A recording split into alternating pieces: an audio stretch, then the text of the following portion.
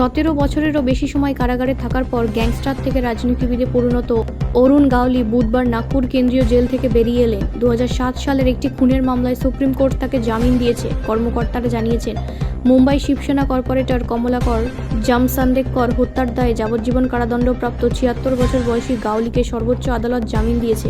বিচারপতি এম সুন্দরেশ এবং এন কোটেশ্বর সিংয়ের একটি বেঞ্চ উল্লেখ করেছে যে গাওলি 17 বছরেরও বেশি সময় ধরে কারাগারে ছিলেন এবং তার আপিল বিচারাধীন ছিল। কারা বিভাগের সমস্ত আইনি আনুষ্ঠানিকতা সম্পন্ন করার পর দুপুর 12:30টার দিকে গাওলি জেল থেকে বেরিয়ে আসেন। একজন কর্মকর্তা জানিয়েছেন, তার পরিবারের সদস্য, আইনজীবী এবং সমর্থকরা তাকে স্বাগত জানান। মহারাষ্ট্র সংগঠিত অপরাধ নিয়ন্ত্রণ আইনের বিধান অনুসারে গাওলির বিরুদ্ধে মামলা দায়ের করা হয়েছিল। সুপ্রিম কোর্ট ট্রায়াল কোর্টের আরোপিত শর্তাবলী সাপেক্ষে গাওলিকে জামিন দিয়েছে। গাওলি 9 ডিসেম্বর 2019 সালে বোম্বে হাইকোর্টের রায়কে চ্যালেঞ্জ জানিয়ে ট্রায়াল কোর্ট কর্তৃক প্রদত্ত তার যাবজ্জীবন কারাদণ্ড বহাল রেখেছিলেন।